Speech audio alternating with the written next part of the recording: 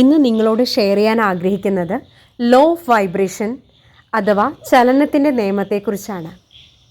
12 പ്രപഞ്ച നിയമങ്ങളിൽ അഥവാ യൂണിവേഴ്സൽ ലോയിൽ ഒരു നിയമം മാത്രമാണ് ലോ ഓഫ് വൈബ്രേഷൻ എന്ന് പറയുന്നത്. കൂടുതൽ ആളുകളും ശ്രദ്ധിക്കുന്നത് ലോ ഓഫ് അട്രാക്ഷൻ അഥവാ ആകർഷണ നിയമത്തെക്കുറിച്ചാണ്.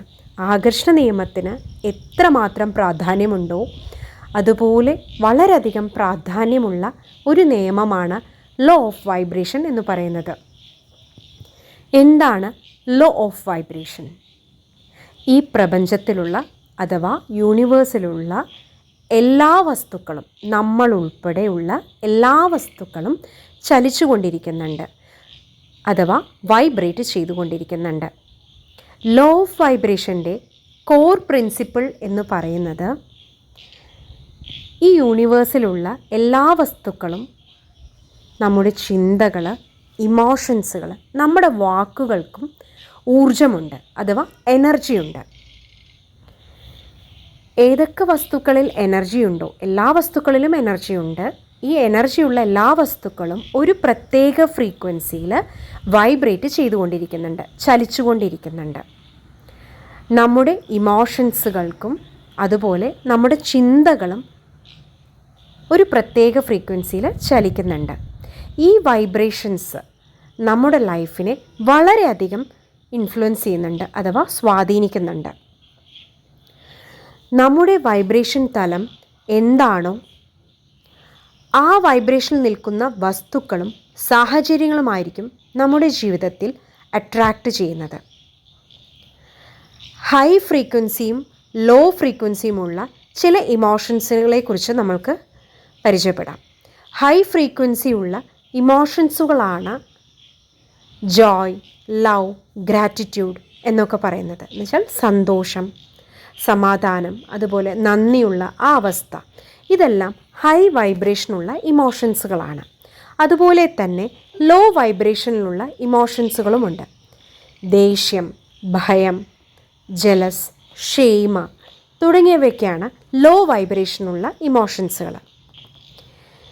ഇതിൽ നമ്മൾ ഏതിലാണോ നിൽക്കുന്നത് അതുപോലെയുള്ള സാഹചര്യങ്ങളാണ് നമ്മുടെ ജീവിതത്തിൽ ആകർഷിക്കപ്പെടുന്നത്.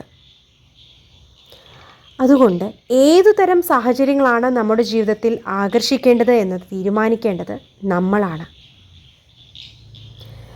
ജോയിലും ലവ്, ഗ്രാറ്റിറ്റ്യൂഡ് എന്ന അവസ്ഥയിൽ നമ്മളുടെ വൈബ്രേഷൻ തലം വളരെയധികം ഹൈയിൽ നിർത്താൻ നമുക്ക് കഴിയുകയാണെങ്കിൽ അതുപോലെയുള്ള സാഹചര്യങ്ങൾ നമ്മുടെ ജീവിതത്തിൽ ആകർഷിക്കാൻ കഴിയുമെന്നുള്ളതാണ് നമ്മൾ മനസ്സിലാക്കേണ്ടത്. പലപ്പോഴും നമ്മളാരും അത് ശ്രദ്ധിക്കാറില്ല.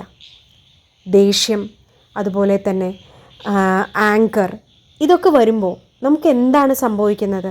ഫിയർ, ഭയപ്പാട് എന്നൊക്കെ അവസ്ഥയിൽ നമ്മൾ നിൽക്കുമ്പോൾ അതുപോലെയുള്ള സാഹചര്യങ്ങൾ തന്നെയാണ് നമ്മുടെ ജീവിതത്തിൽ വീണ്ടും വീണ്ടും ആകർഷിക്കപ്പെടുന്നത് എന്ന് നമ്മൾ അറിയുന്നില്ല.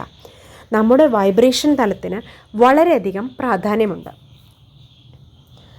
എങ്ങനെയാണ് വൈബ്രേഷൻ തലത്തിനെ ഉയർത്തുന്നത് എന്ന് നോക്കാം. അതിനാണ് നമ്മൾ ഗ്രാറ്റിറ്റ്യൂഡ് പ്രാക്ടീസ് ചെയ്യുന്നത്, അതുപോലെ തന്നെ മെഡിറ്റേഷൻ പ്രാക്ടീസ് ചെയ്യുന്നത്, പ്രകൃതിയുമായിട്ടുള്ള കണക്ഷൻസ്, ഇതൊക്കെ നമ്മുടെ വൈബ്രേഷൻ തലത്തിനെ ഉയർത്താൻ വളരെയധികം സഹായിക്കും. വൈബ്രേഷൻ നമ്മളുടെ ഉയരുംതോറും നമ്മുടെ ഫ്രീക്വൻസി ലെവൽ വളരെയധികം ഹൈ ആയിരിക്കും, നമ്മുടെ എനർജി ലെവലും ഹൈ ആയിരിക്കും. ആ സമയത്ത് നമ്മൾ ആഗ്രഹിക്കുന്ന ആഗ്രഹങ്ങൾ, നമ്മളിലേക്ക് വരുന്ന സാഹചര്യങ്ങൾ എല്ലാം ആ ഉയർന്ന തലത്തിലുള്ള വസ്തുക്കളും സാഹചര്യങ്ങളുമായിരിക്കും നമ്മുടെ ജീവിതത്തിൽ ആകർഷിക്കുന്നത്. അപ്പോൾ ലോ ഓഫ് വൈബ്രേഷനെ കുറിച്ച് നിങ്ങൾക്ക് മനസ്സിലായി കാണുമെന്ന് വിശ്വസിക്കുന്നു. ഞാൻ ഈ പറഞ്ഞ കോൺസെപ്റ്റ് മനസ്സിലായി കാണുമെന്ന് വിശ്വസിക്കുന്നു. Thank you.